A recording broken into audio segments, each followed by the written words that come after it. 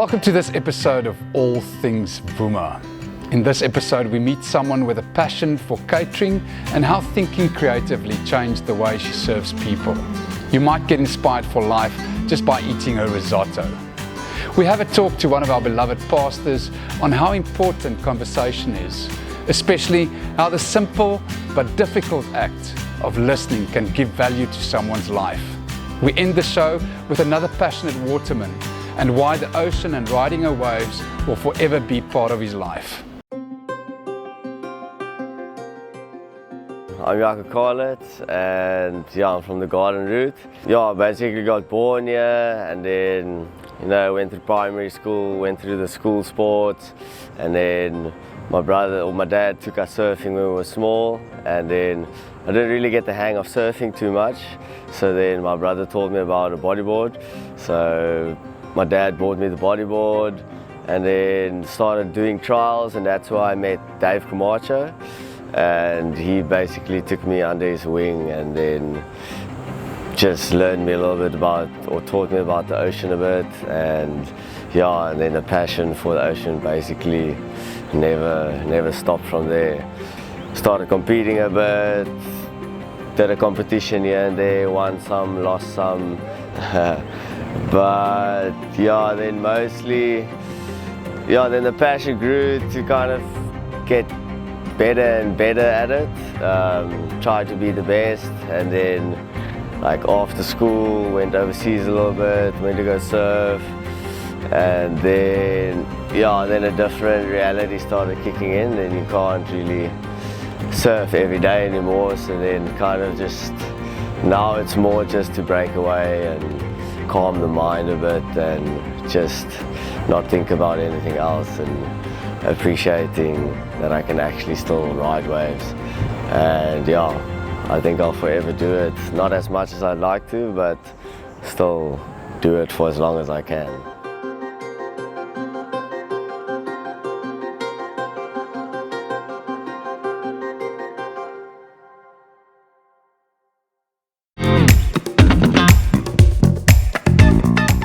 Ek is Isabel Van Rooyen en ek bly verskriklik lekker in die tuinroete. Dit is 'n ongelooflike voorreg om elke dag deur soveel skoonheid omring te kan wees. En ons moet nooit ophou om dit te waardeer nie, want ons kyk soms by dit verby. En daar's regtig mense wat hulle hele lewe lank spaar om vir 2 weke hier te kom vakansie hou, en ons het dit elke dag. So dis so amazing. Ek bly verskriklik lekker hier. Ek is mal en ek is verskriklik trots op my dorp, want ek dink ons doen amazing. Ons doen goed wat ander dorpe glad nie het nie en glad nie doen nie. So welkom hier by ons, en ek gaan julle 'n bietjie vertel van wie ek is en wat ek doen. So my passie vir kos het begin as 'n kind, en baie mense sê dit, so dit klink seker maar 'n bietjie na 'n kliseë. In my ma se kombuis. My ma het ons toegelaat om te kook. Enigste reël was jy moet opruim. Nou ek het groot geword in die mid 70er jare, 80er jare. Krimpelienkos was die ding.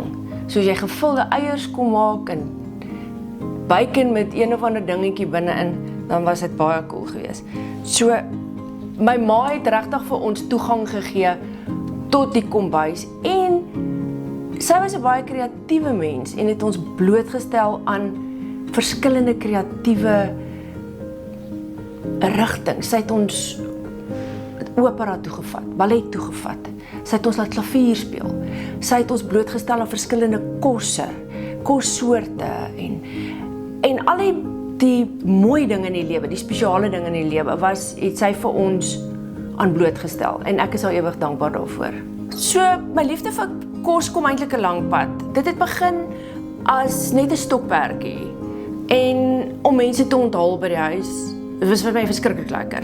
Dit gee my geweldige vreugde om vir mense kos te maak en dan te sien hoe hulle dit geniet, en om mense te onthaal en te ontvang. En dit het begin maar as 'n nooi gaste oor, kan kook vir mense, probeer nuwe goed. Ek is bietjie van 'n rookie. Ek sal nuwe resepte op gaste uitprobeer wat ek nog nooit gedoen het nie. So ek hou bietjie van die adrenalien ook daarvan. En ek dink in die kosbedryf floreer iemand wat hou van adrenalien, want dit is jy is so onder druk die hele tyd, maar dit is so feel good feeling as jy klaar is met dit en dit het goed gegaan. So ek dink dis waar my liefde vir kos begin het. Ek het 10 jaar gelede by Meat Cafe betrokke geraak en die besigheid het gegroei tot op die punt waar ons 'n redelike sterk catering afdeling ook gehad het. Toe het ek so 3 jaar gelede die operasionele gedeelte van die restaurant aan my chefs verkoop en net die kreatiewe gedeelte van die spysenering vir myself gehou. Dis regtig die kreatiewe gedeelte waar mens met 'n kliënt sit en onderhandel, jy beplan 'n event, jy beplan 'n spyskaart en dan konseptualiseer jy die hele dag se gebeure.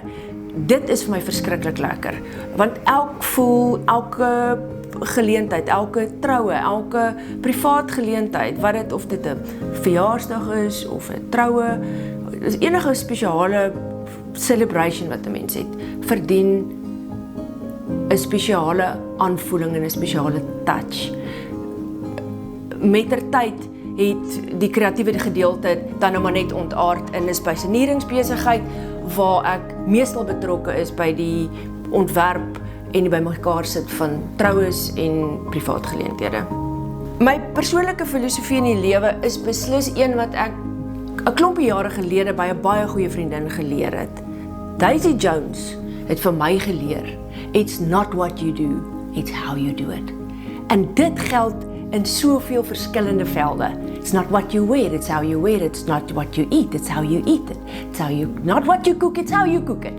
So al daai dinge kom net van 'n core beginsel af en vir my is dit krities belangrik.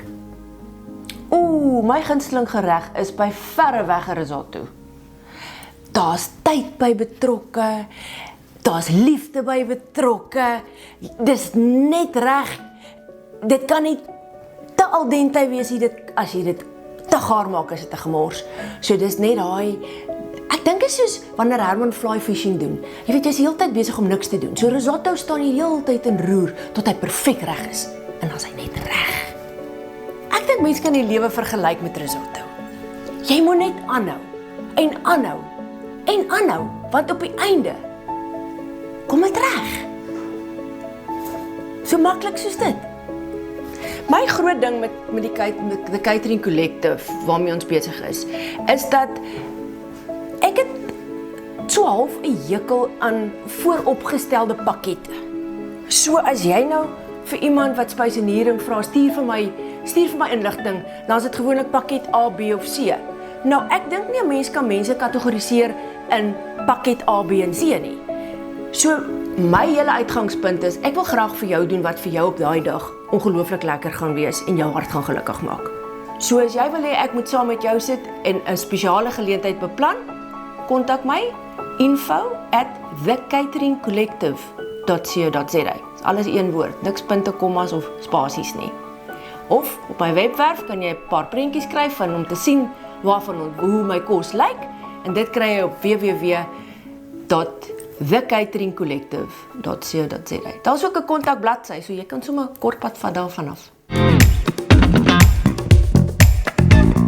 My name is Gerhard the Jager, and I live in George, where I'm a pastor at Eden Gemeente, and I'm very passionate about life and to live life to the fullest, and to be able to live life to the fullest, you need to know who you are and to know why you were made, and that is why I do what I do. I'm also the CEO of an organization called Project Schools, and this is exactly why I'm passionate about life, is to see young people living life to their fullest potential. My personal life philosophy is to be present. When you talk to somebody, to be present in that moment. I like to say I want to be where my feet are.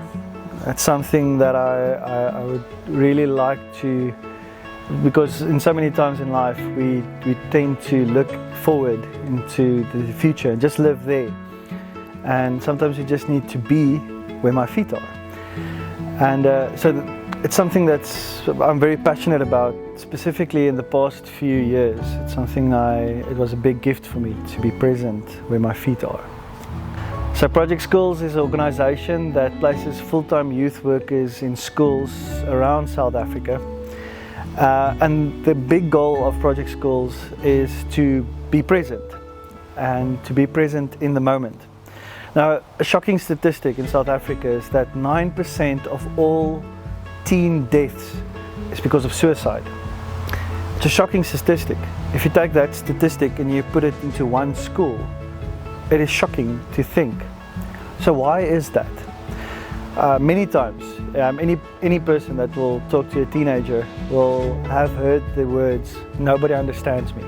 Nobody understands me, life is too difficult, and nobody knows what I'm going through." That's the reason why Project Schools were founded. It was a group of friends, myself and a few friends sitting around a table and say, how can we make a difference with this problem in schools? And yeah, we started off, we saw a few businesses to fund the project, and we started off in 2 schools, and the idea was to put people into the schools that we call couchulars, not counsellors, but couchulars. It's our own word that we created. Now, couchulars is exactly what the word says. We sit on the couch and we have a conversation about life, about what's going on. It's wonderful to see the conversations that we had during the past few years that we are doing this, and to be able to be an ear for somebody and the difference that makes. So what we started off with Project Schools is we put it down a system where we employ these counsellors, we give them training, and they work full-time in the schools doing exactly this, to have one-on-one conversation with teenagers about life. And there's the one story that's always something that stays with me, is the story of a girl named Mika. It's not a real name, but Mika came to one of our counsellors, the one in one of the schools. She sat with the youth worker and just have a normal conversation. And Mika was a bright, lovely young lady. She had a sparkling personality, but every day she comes to our youth worker for some reason. And every day she walks out and she'll say everything is going well, life is good. But somewhere in the conversation she will always say something with regards to, but something doesn't feel right on the inside. And then she would go out. At one stage our officers flagged this conversation and we said, listen, you need to investigate further what's going on here. She's trying to tell you something. After a few conversations, it came out that Mika was sexually assaulted from a very young age by an older sibling. She didn't know how to handle it. She didn't know how to talk to somebody about it because she was groomed for a very, very long time. And if it wasn't for this youth worker, this counsellor, sitting on a couch and giving her the opportunity just to talk, she would have probably maybe only would be able to talk about it maybe 2 or 3 weeks later, or maybe 2 or 3 days later, where she would have struggled with this. But maybe it would have been years that she would keep it inside. But there was somebody in the school that were there for the one purpose, to talk to you. And this is essentially why Project Schools exist, to have these conversations with people that need it most. Many times when we are in conversation with somebody, we listen, but we listen to have a response. So we do not really listen to what the person is saying. We are listening so that we can have a response. And that's so many times the problem. We are listening with regards to that, but also the rush of the everyday life makes that even though we are in conversation now, I'm already thinking about what's going to happen next and what's going to happen next. And that makes the person that I'm talking to feel that I'm not this important at the moment. Now, with regards to Project Schools, as part of our training, it is for us so important to be present and to listen with intent, not to listen with the next meeting I have, or the next person I need to see, or to listen with a response. Just to listen. Sometimes, many times in our conversations, we do not even have an answer to the question. We just listen. And that's so many times just enough for the person to know that I was heard. Somebody heard my story. So to be present, it means to be just in this moment. Just in this moment with this person I'm talking to now in this school. So this is part of the training that we do within project schools with our youth workers. Every youth worker is being specifically trained for narrative conversations to learn how to be present in the moment. It's one of our biggest, the most important thing that we try to do is to be present in that moment. We've got a website. You can go to www.projectschools.co.za. In there you can see all the schools we are involved in, and also ways to communicate with us and to get involved with project schools. Thank you so much for watching this episode of All Things Vuma.